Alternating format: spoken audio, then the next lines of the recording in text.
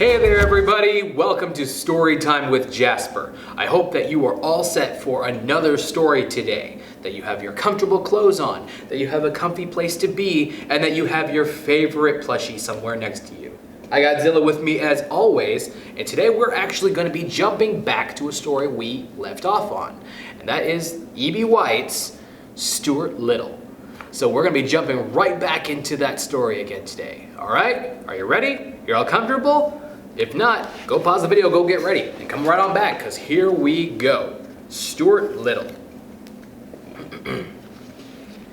Chapter 10, Springtime. Snowbell, the cat, enjoyed nighttime more than daytime. Perhaps it was because his eyes liked the dark. But I think it was because there are always so many worthwhile things going on in New York at night. Snowbell had several friends in the neighborhood. Some of them knew that they were house cats, others were store cats. He knew a Maltese cat in the A&P, a white Persian in the apartment house next door, a tortoiseshell in the delicatessen, a tiger cat in the basement of the branch library, and a beautiful young Angora who had escaped from a cage in a pet shop on 3rd Avenue and had gone to live a free life of her own in the tool house of the small park near Stuart's home. One fine spring evening, Snowbell had been calling on the Argona in the park. He started home late, and it was such a lovely night, she said she would walk along with him to keep him company. When they got to Mr. Little's house, the two cats sat down at the foot of the tall vine which ran up the side of the house past George's bedroom. This vine was useful to Snowbell because he could climb it at night and crawl into the house through George's open window. Snowbell began telling his friend about Margalo and Stuart. "Goodness," said Angora Cat. "You mean to say you live in the same house with a bird and a mouse and you don't do anything about it?" "That's the situation," replied Snowbell. "But what can I do about it? Please, remember that Stuart is a member of the family, and the bird is a permanent guest, like myself." "Well," said Snowbell's friend, "all I can say is you've got a lot more self-control than I have." "Doubtless," said Snowbell.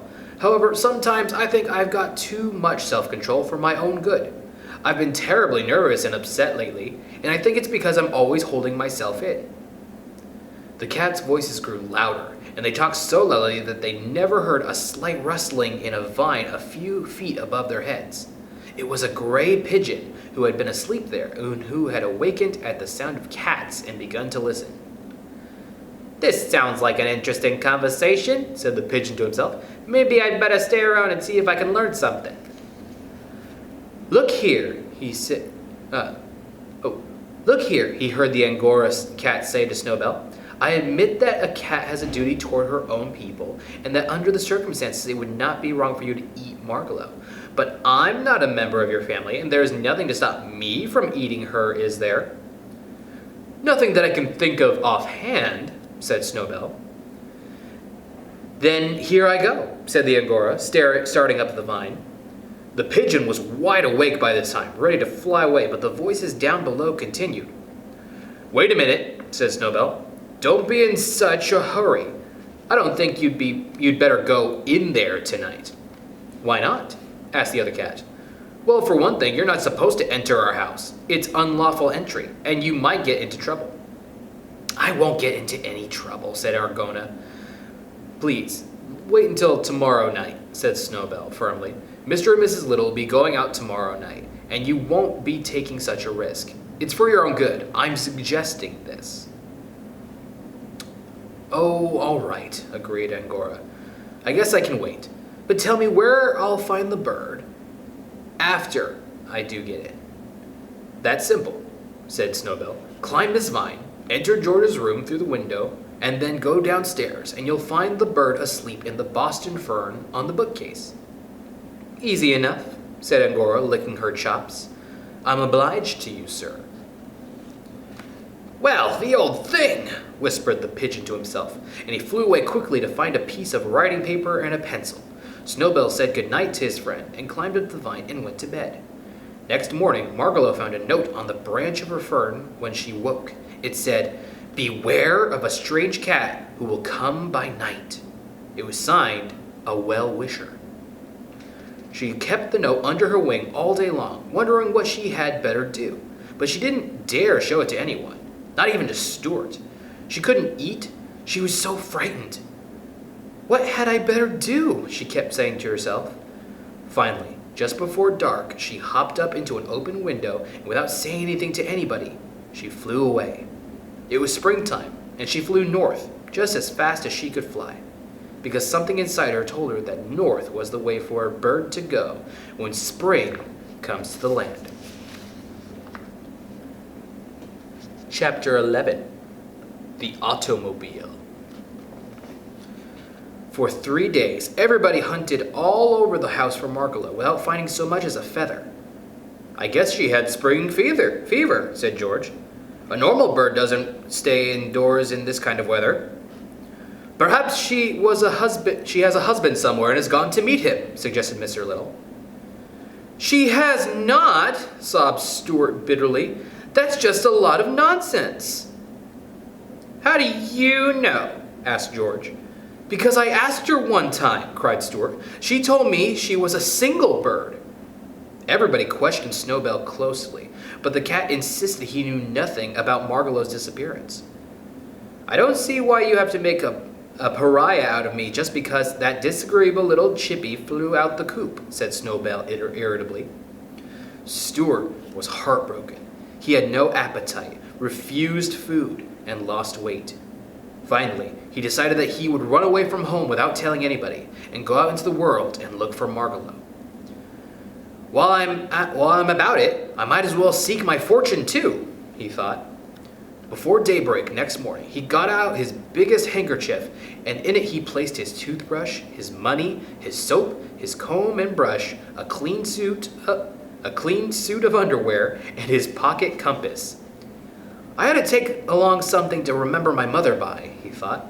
So he crept into his mother's bedroom where she still slept, climbed the lamp cord to her bureau, and pulled a strand of Mrs. Little's hair from her comb. He rolled up the hair neatly and laid it in the handkerchief with the other things. Then he rolled everything up into a bundle and tied it onto one end of a wooden match. With his gray felt hat cocked jauntily to one side of his head and his pack slung across his shoulder, Stuart stole softly out of the house. "Goodbye, beautiful home," he whispered. "I wonder if I'll ever see you again." Stuart stood uncertainly for a moment in the street in front of the house. The world was a big place in which to go looking for a lost bird. North, south, east, or west. Which way should he go? Stuart decided that he needed advice on such an important matter. So he started uptown to find his friend Dr. Carey, the surgeon-dentist, owner of the schooner Wasp. The doctor was glad to see Stuart. He took him right into his inner office where he was busy pulling a man's tooth. The man's name was Edward Clydesdale, and he had several wads of gauze in his cheek to hold his mouth open good and wide. The tooth was a hard one to get out, and the doctor let Stuart sit on his instrument tray so they could talk during the operation.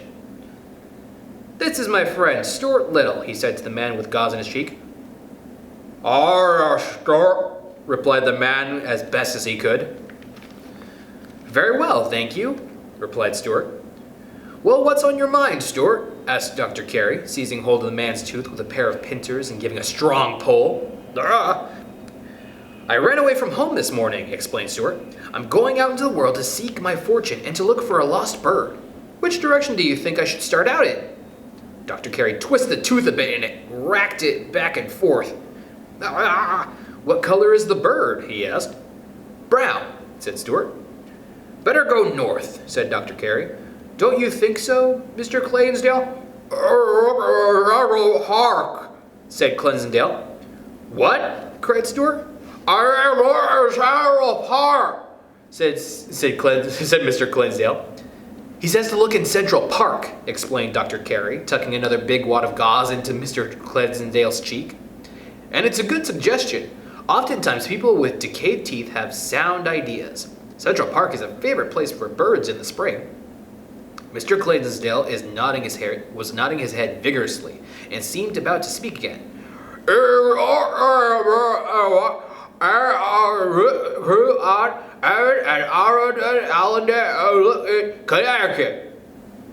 What? Cried Stuart, delighted at this new kind of talk.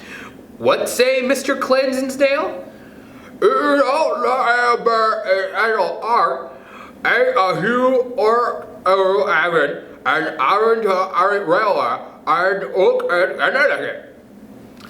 He says if you can't locate the bird in Central Park, take a New York, New Haven, and Hartford railway train and look in Connecticut, said Dr. Carey. Then he removed the rolls of gauze from Mr. Cleansdale's mouth. Rinse, please. Mr. Cleansdale took a glass of mouthwash that was beside the chair and rinsed his mouth out. Tell me this, Stuart, said Dr. Carey. How are you traveling? On foot? Yes, sir, said Stuart. Well, I think you'd better have a car. As soon as I get his tooth out, we'll see what we can be done about this. Now, open please, Mr. Cleansdale. Dr. Carey grabbed the tooth with the pincers again, and this time he pulled so long and so hard and with such determination that the tooth popped out, which was a great relief to everybody, particularly to Mr. Cleansdale. The doctor then led Stuart into another room. From a shelf he took a tiny automobile about 6 inches long, and the most perfect miniature automobile Stuart had ever seen. It was bright yellow with black fenders, a streamlined car of graceful design. I made this myself, Dr. Carey said. I enjoy building model cars and boats and other things when I'm not extracting teeth. This car has a real gasoline motor in it. It has quite a good deal of power. Do you think you can handle it, Stuart? Certainly, replied Stuart, looking into the driver's seat and blowing the horn. But isn't it going to attract too much attention? Won't everybody stop and stare at such a small automobile? They would if they could see you, replied Dr. Carey, but nobody will be able to see you or the car. Why not? Asked Stuart. Because this automobile is a thoroughly modern car. It's not only noiseless, it's invisible. Nobody can see it. I can see it, replied Stuart. Push that little button, said the doctor, pointing to a button on the instrument panel. Stuart pushed the button. Instantly, the car vanished from sight. Now push it again, said the doctor.